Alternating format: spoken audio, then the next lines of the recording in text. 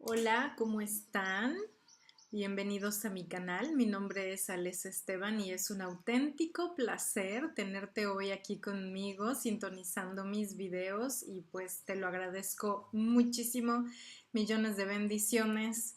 Y bueno, pues en este clip quiero hablar de la Gran Pirámide de Egipto. Bueno, de las pirámides en general, porque he estado viendo en mis meditaciones, últimas meditaciones, varias pirámides, como la vez que tuve esa iniciación cuando fui por primera vez a Egipto y estuve dentro de la pirámide de Giza, que fue una iniciación verdaderamente. Yo lo sentí así y lo vi de esa manera porque fueron demasiadas coincidencias y ya tengo tiempo que quería yo hablar de esto con ustedes y compartir con ustedes estas experiencias, pero se me habían atravesado muchos otros mensajes urgentes de los pleyadianos, así que aprovecho hoy para poderles contar más o menos cómo fue esta iniciación espiritual que tuve. Fue hace, pues, creo que fue en el 2010 que fui a Egipto con la escuela. Estaba yo estudiando una especialidad en multimedia y escultura en Viena, en Austria, y la universidad nos llevó a hacer un workshop que es como una especie de taller de fotografía a El Cairo, y aprovechando, claro, que llegamos todos una tarde a El Cairo, en la cena nos pusimos de acuerdo para ir a ver el amanecer al día siguiente a las pirámides de Giza.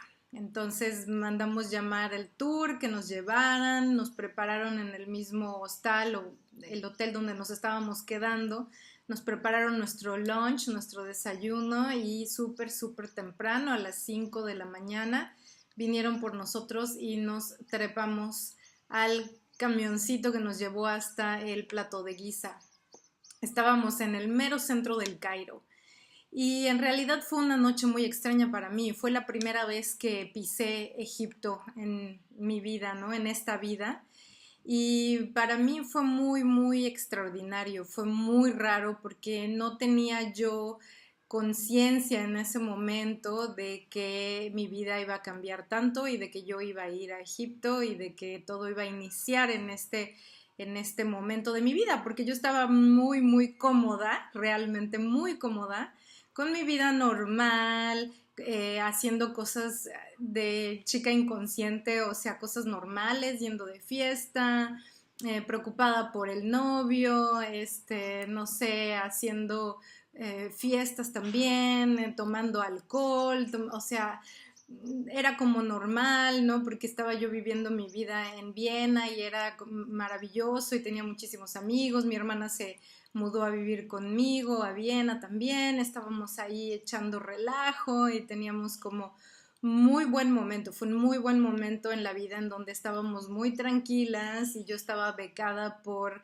el gobierno de México, por el INBA, que es la Institución de Bellas Artes, para que yo pudiera estudiar esta especialidad. Entonces me ganaba yo las becas, beca tras beca, para que me pudieran tener ahí y yo pudiera llevar una vida del todo maravillosa y fantástica, pero claro, siempre con la inquietud de evolucionar espiritualmente. Entonces recuerdo que en cuanto llegamos a Viena fuimos a buscar la meditación del Sahaja Yoga, que es una meditación hindú basada en algunos maestros espirituales. Bueno, de hecho era Shri Mataji, es la fundadora del Sahaja Yoga y de este sistema de meditación en donde vas limpiando chakra por chakra y empiezas a elevar tu energía Kundalini, que es la energía de más altas frecuencias que existe en el cuerpo humano, que siempre está, nacemos todos con ella y está durmiendo en el hueso sacro. Y por eso es que se llama sacro este hueso, porque ahí reside esta energía sagrada de vida que se despierta cuando empezamos a elevarla conscientemente o empezamos a adquirir esta conciencia. Entonces justo cuando fui y empezamos a meditar, mi hermana y yo, fue un cambio radical. A mí me encantó la meditación, me sentía realmente saludable de hacerlo y creí que este era mi camino y me sentía yo muy bien, lo hacía por mí, lo hacía por salud y listo, no lo hacía por ninguna otra razón ni porque quisiera ayudar a nadie ni nada. O sea, era una razón completamente egoísta de, bueno, porque me siento bien de hacerlo y punto.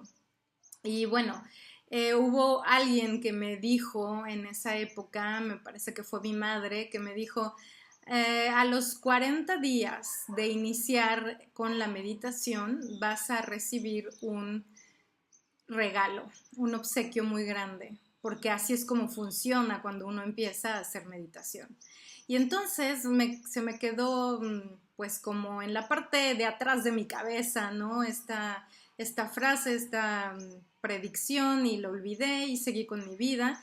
Y de pronto, yo siempre de niña, como ustedes saben, había tenido un gran amor por Egipto. Yo dibujaba a Nefertiti, dibujaba la Esfinge, dibujaba los escarabajos y sobre todo el ojo de Horus, porque cuando era niña yo veía un ojo abajo de la puerta de mi casa, y tenía yo como 4 años cuando veía este ojo y entonces siempre dibujé el ojo en cuanto aprendí a dibujar en todos mis cuadernos de la primaria, de la escuela, de la secundaria, me la pasaba yo dibujando los ojos y los motivos egipcios y etcétera, etcétera. Y de pronto olvidé también como este gran gusto y esta pasión por Egipto porque estaba yo muy interesada por mudarme a vivir a Europa y vivir en Austria y ser un artista y tener éxito como artista y lo mejor que podía yo hacer era irme a Europa en donde se consume el arte de una manera casi como si fuera natural, ¿no? Algo que se necesita para vivir, cosa que en México no era muy apoyado.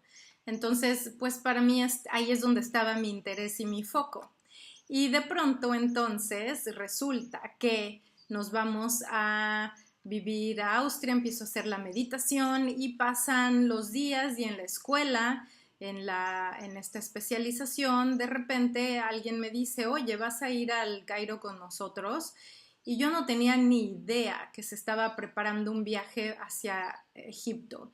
Y entonces yo dije, pues no creo, porque no me enteré. Y entonces me dijeron, bueno, te tendrías que haber inscrito hace días ya, o sea, tendrías que haberte inscrito desde hace un mes, entonces ya no hay lugares, porque obviamente lo paga la universidad. Entonces, como lo pagaba la universidad ese viaje, pues yo no, o sea, tenía uno que estar muy, muy despierto y muy interesado y anotarse con mucha anticipación para ganar un lugar, porque esto, claro, era interesante para muchas personas, no nada más para mí.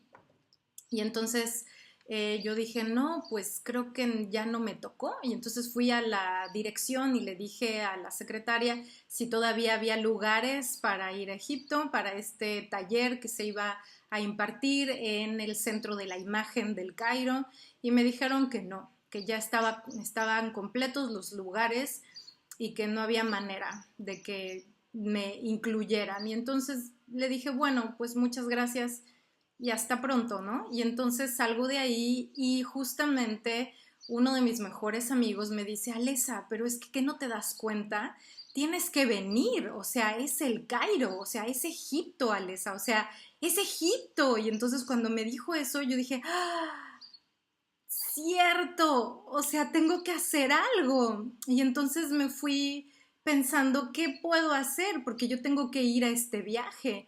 Y justo cuando estaba yo pensando esto, me habla por teléfono la secretaria de la escuela y me dice, Alesa, hubo una cancelación y te anoté porque sabía que estabas buscando este lugar. Y le dije, perfecto, muchísimas gracias, ni siquiera me preocupé, se dio súper fácil. Llegamos entonces al Cairo, estamos en la cena, hacemos el plan para irnos al día siguiente a ver el amanecer a las pirámides y nos fuimos súper temprano y veníamos, el camioncito venía entre las calles, yo solo veía calles y casas y casas y casas y de pronto da la vuelta a la esquina y entonces veo la pirámide de Giza, la gran pirámide de Keops y mi corazón saltó, o sea, casi yo dije, ¡ah! O sea, no podía ni respirar de ver cómo se veía esta gran pirámide, su inmensidad, lo imponente que es entre todas las casitas de adobe y de así del pueblito de Giza que está a un lado. Y yo decía, no, no, o sea, no puedo más, ¿no? Y estábamos realmente emocionados y la camioneta se paró, se estacionó lejos del parque de Giza y yo no entendía por qué. Y entonces les preguntaba a todos, ¿qué pasa? ¿Qué pasa? Y entonces ya por ahí nos dijeron los guías que estaba cerrado el parque todavía, que no abría sino hasta las, no sé, 9, 10 de la mañana y nosotros estábamos ahí a las 5:30 de la mañana, ¿no? A las 6 de la mañana esperando. Entonces su idea era que nos subiéramos a los camellos y que nos llevaran enfrente de las pirámides a través del desierto en lo que abrían el parque. Y entonces eso fue lo que hicimos. Nos treparon de dos en dos en un camello y fue obviamente la primera vez que me subí a un camello. Es una cosa también extraordinaria, una experiencia extraordinaria. Y ahí vamos, atravesando un poquito el desierto para estar y como detenernos justo enfrente de las pirámides, ¿no? Las pirámides quedaban a nuestras espaldas y obviamente esto era para que nos tomáramos todas las fotos posibles, habidas y por haber. Entonces nos empezamos a tomar las fotos grupales, individuales, de los camellos, sin camellos, con camellos, todos juntos, ¿no? Etcétera. Entonces después nos llevan ya al parque de Giza, cuando se supone que abre el parque, éramos los primeros.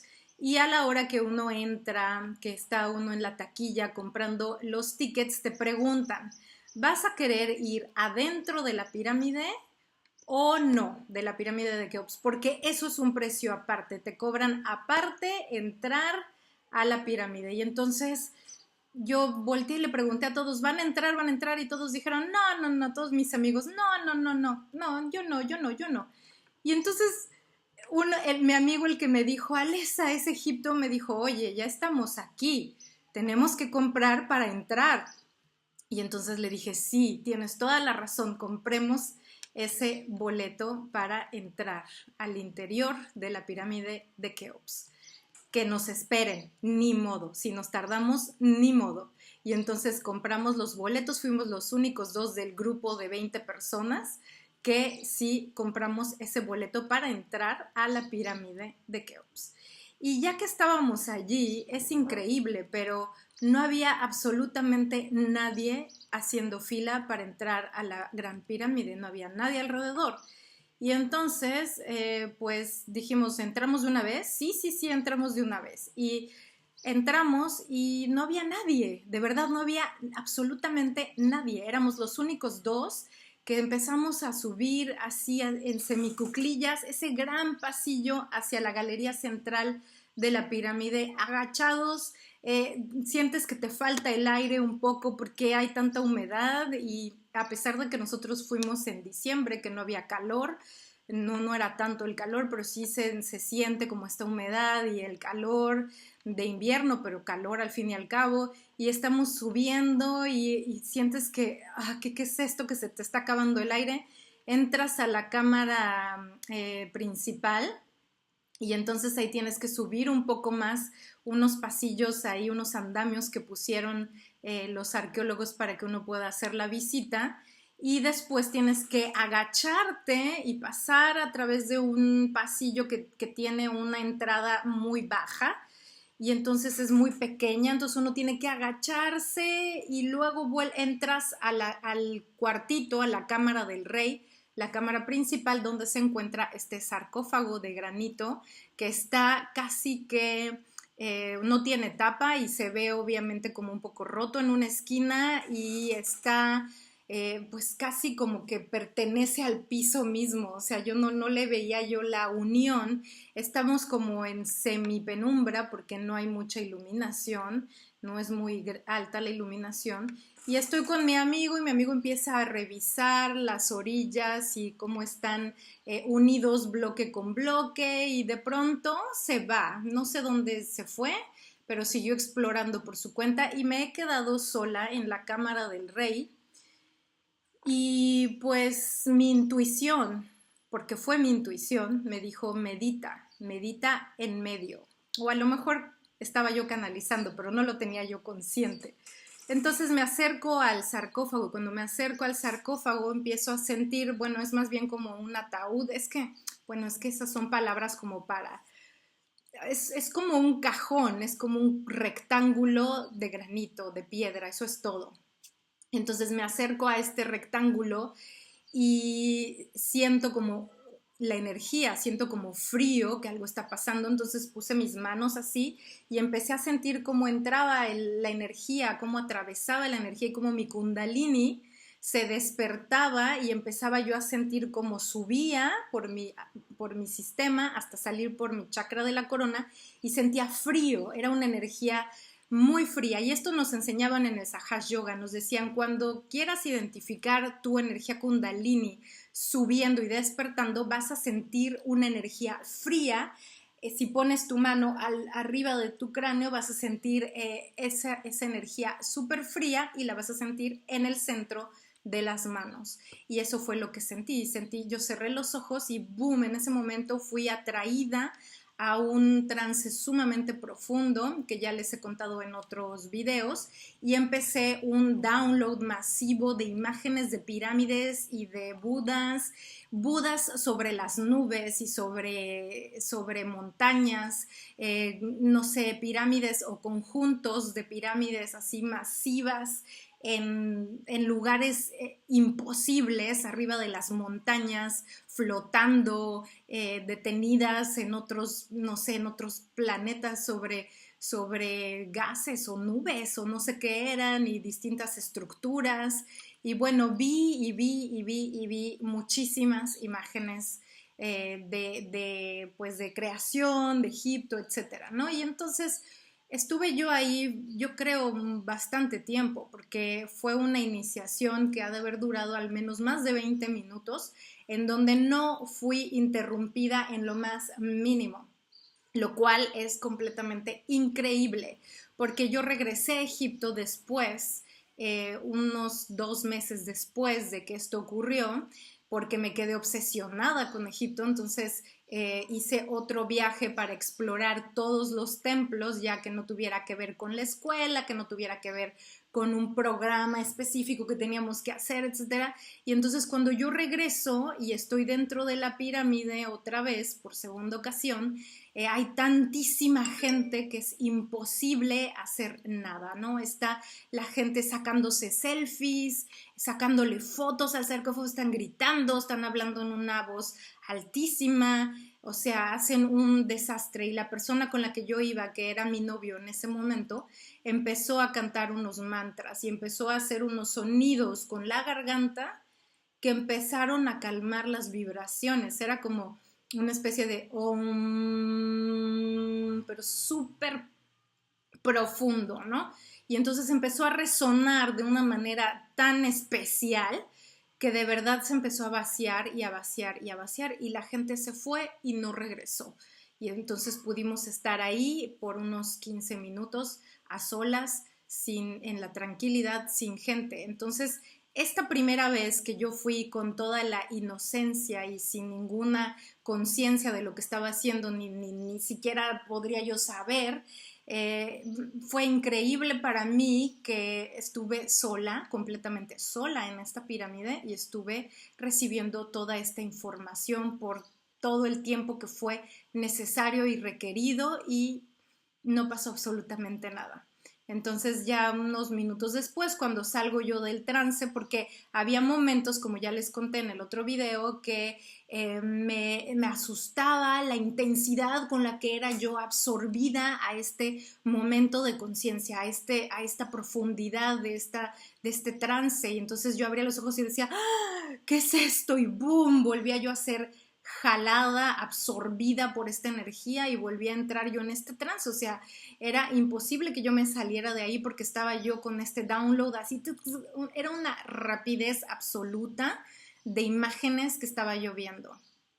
Y entonces, pues cuando terminé y sentí que ya era suficiente, abrí los ojos, se calmó la energía porque yo sentía como estaba yo exactamente en medio donde está el, el, el rectángulo donde se supone, ya después me entero que ahí es donde se acostaban los iniciados para precisamente meditar y recibir este download de esta manera, nada más que yo lo hice de pie, no sabía que me tenía que acostar ahí.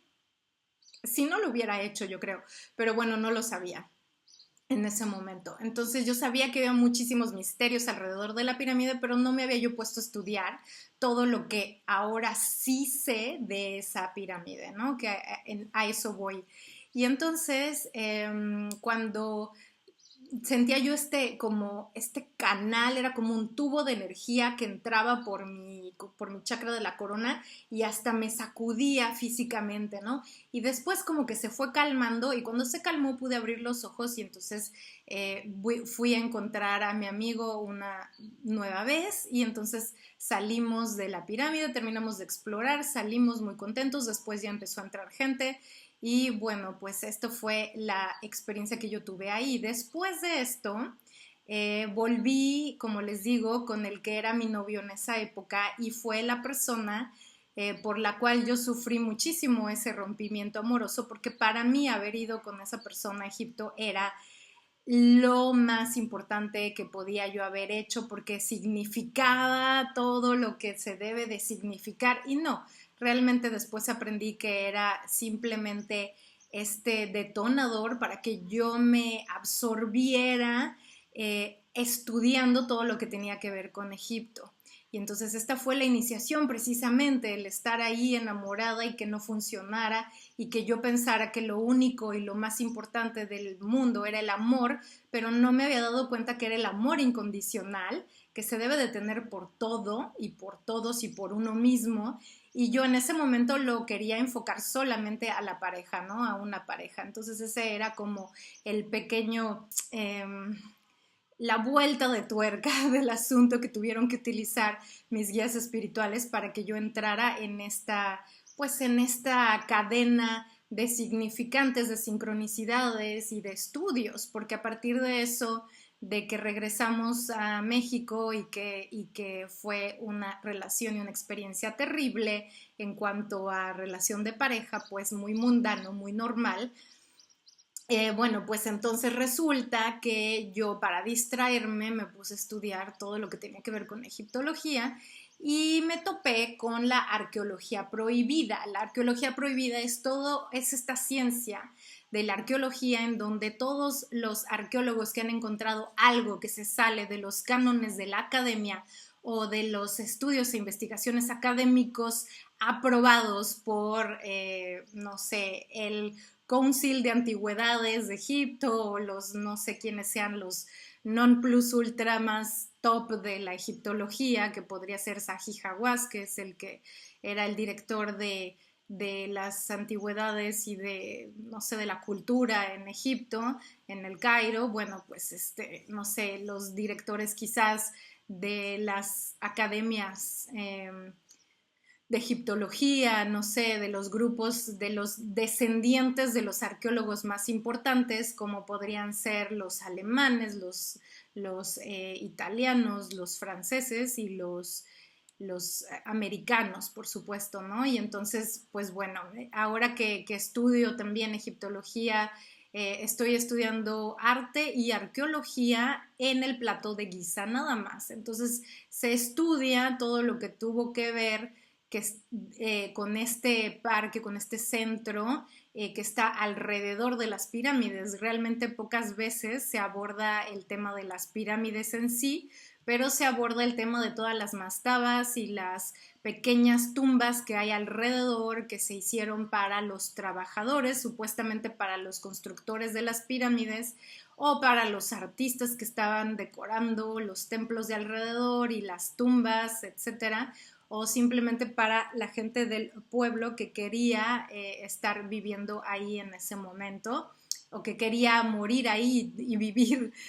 Sí, porque mientras se supone que mientras construían las pirámides estaban viviendo ahí, entonces utilizaban estas tumbas que iban a ser después sus tumbas como viviendas para poder estar yendo y viniendo ahí más cercanamente, ¿no? Y poder trabajar en las pirámides. No sé, son teorías que tienen los académicos, cosa que yo no estoy muy convencida de todo esto, porque en mi opinión la pirámide de Giza y la Esfinge fueron construidas muchísimo tiempo antes, y quizás las otras dos pirámides que flanquean la pirámide de Keops, que es la de Menkaure y la de listo, Khafre, Menkaure y Keops. Estas son las tres pirámides del Plató de Giza y bueno, son los nombres de estos faraones que pertenecieron a la, supuestamente es como la cuarta y quinta dinastía quienes produjeron estas pirámides, la quinta dinastía. Pero bueno, en realidad pues estudio a estos arqueólogos que formaron parte de la arqueología prohibida y son súper interesantes sus teorías. Tenemos a Robert Bauval, que es mitad egipcio, mitad belga y que se ha dedicado a estudiar bueno, Egipto en general, pero uno de sus hallazgos más importantes es que desarrolló la teoría de que las pirámides están alineadas con el cinturón de Orión, de la constelación de Orión, y que están exactamente alineadas, pero no en este momento preciso de tiempo, sino alrededor de 10 a 12 mil años de antigüedad que esto sucedió, y ahora les explico por qué. Y tenemos también a Graham Hancock, que también estuvo estudiando las civilizaciones perdidas y que sus teorías dicen que hubo varias civilizaciones anteriores que fueron destruidas, que desaparecieron del planeta Tierra y que luego hubieron otras que sí parten de un lugar menos evolucionado tecnológicamente o astrológicamente o científicamente que las civilizaciones anteriores, o que fueron como los sobrevivientes de estas civilizaciones anteriores, lo cual nos hace pensar una vez más en Atlántida, etcétera. Y bueno, pues es muy interesante la teoría de Robert Bauval porque empieza a confirmar las teorías que tenía el americano Anthony West, que empezó con la búsqueda de la cámara secreta que estaba abajo de la pata de la Esfinge, que venía de la historia que contaba Gaze, ¿cómo se llamaba? El que hacía remote viewing o vista remota, visión remota, que en trance este señor Gaze lo que hacía era ver, viajar o astroproyectarse a estos lugares. Tiene también todo un archivo que hizo y que describió Marte y que también describió la pirámide y la cara que se ven en Marte. Me parece que lo describió, que son archivos clasificados de la NASA, etcétera, pero era tan famoso este señor Gacy, ¿alguien sabe cómo se llama? Déjenme lo busco, ¿no? Edgar Cayce, bendito Mercurio en retroceso, que hace que todo se me olvide en este momento, pero bueno, va a haber unos cuantos cortes en el video, pero no pasa nada. Edgar Cayce, ¿no? Él es el que hizo estos, se escribe C-A-Y-C-E, Cayce o Cayce.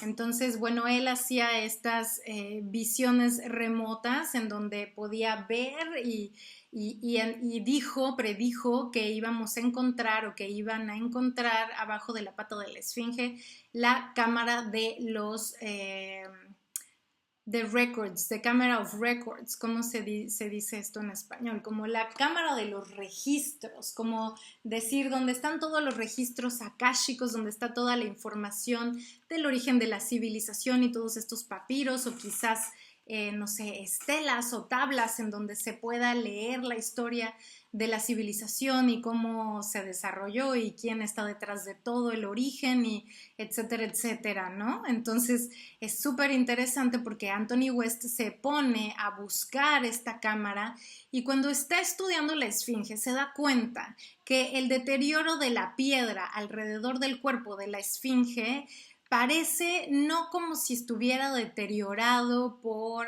el contacto con la arena del desierto y el aire, sino él sabía un poco de geología y dice, esto parece ser más bien como que fue deteriorada por lluvia constante, pero ¿cómo es esto posible si Egipto ha sido desértico siempre, ¿no? Entonces lo que hizo fue ir y preguntarle a un geólogo académico que se tuvo que arriesgar a dar su opinión porque obviamente sabía que iban a ser eh, sacados del gremio de los arqueólogos y de los geólogos de la ciencia, de los académicos, y que iban a ser, bueno, pues sujetos a muchos comentarios y señalamientos, que fue lo que pasó precisamente, ¿no? Pero entonces llega este señor Hogg, se llama, George Hogg, me parece, y entonces él es el geólogo que dice, es verdad, la esfinge y el templo que está enfrente de la esfinge, que parece ser mucho más viejo,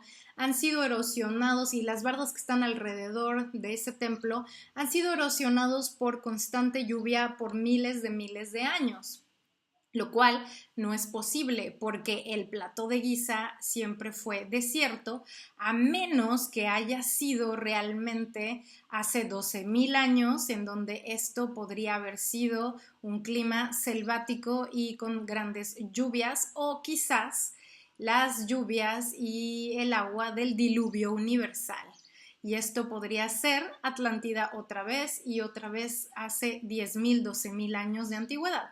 Entonces, esta teoría es magnífica porque Robert Bauval lo que hace es confirmarla porque piensa, ok, si nosotros tomamos en cuenta que el planeta Tierra, el eje del planeta Tierra no nada más gira así, sino que gira con un pequeño wabbing, con una pequeña desviación, y cuando, esto es la precesión de los equinoccios, ¿no? Y cuando da una vuelta completa así, el eje de la Tierra, y que pasa por todas las casas de el zodiaco, está cumpliendo un ciclo cada 26.000 años.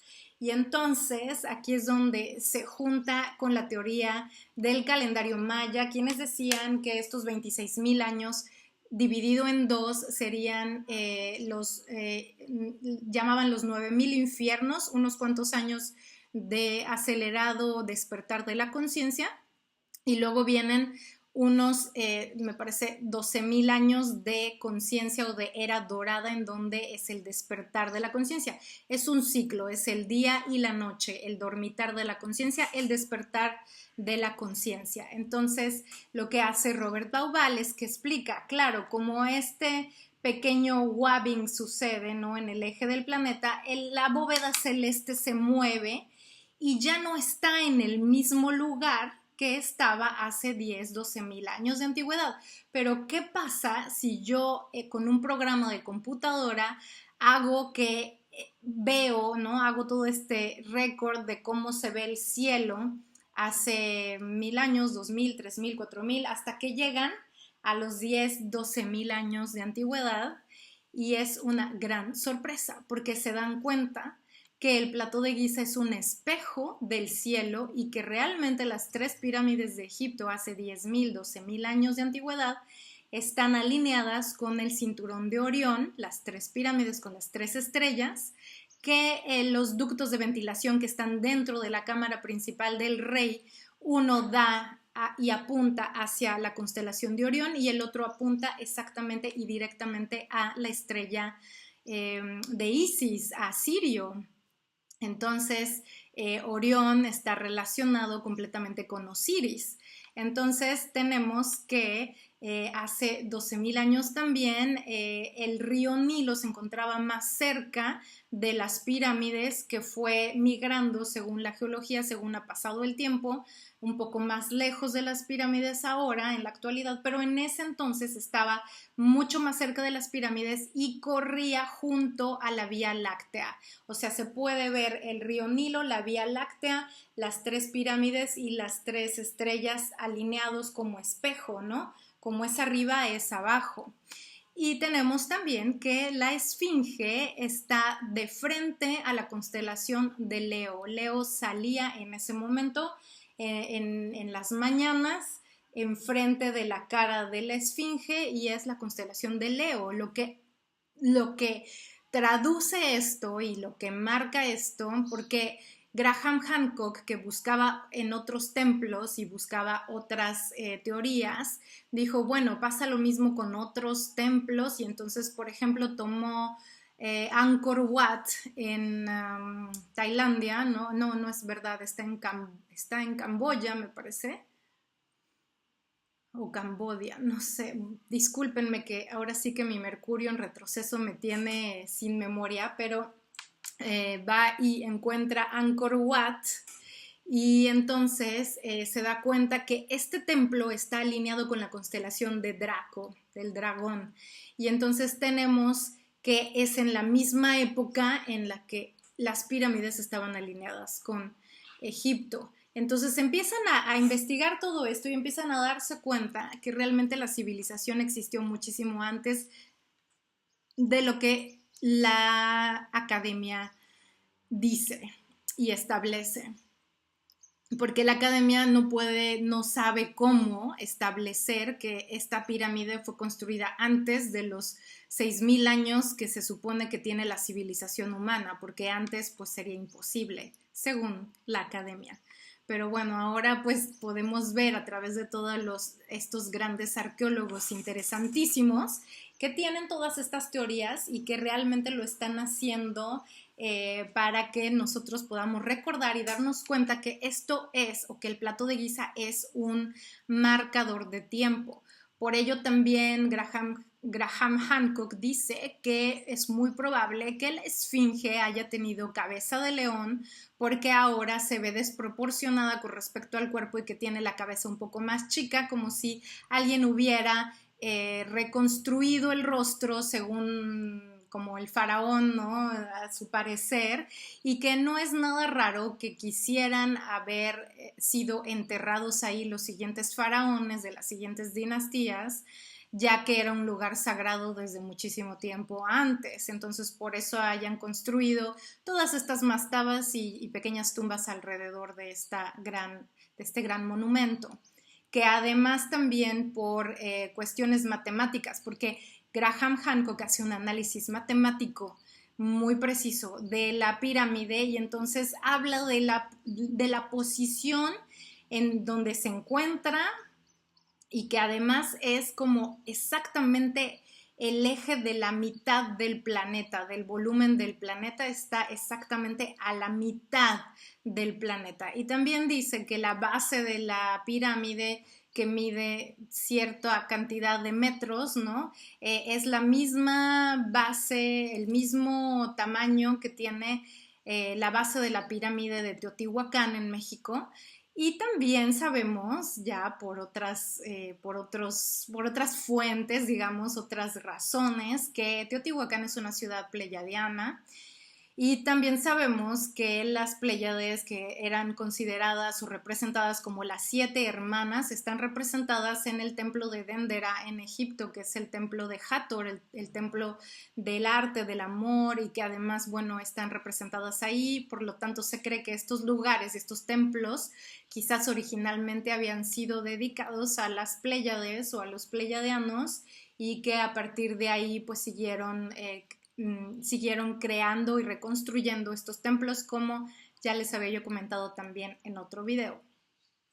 Entonces, pues es súper interesante saber cómo científicamente se van comprobando algunas de estas teorías que nosotros teníamos, sin decir, por supuesto, que fueron creadas por extraterrestres, porque no lo sabemos realmente. Bueno, según Matías de Estéfano, las pirámides fueron creadas por Thoth, y según Melquisedec, Drúmbalo Melquisedec, en su libro La Flor de la Vida, también habla de que las pirámides fueron creadas por el dios Thoth y que fueron creadas con sonido, que hicieron que levitaran las grandes toneladas de piedra y que fueron creadas en cuestión de 2 días o de horas, o sea, una cosa así extraordinariamente rápida, porque los bloques perdían el peso según las vibraciones del sonido con las cuales levantaban estos bloques.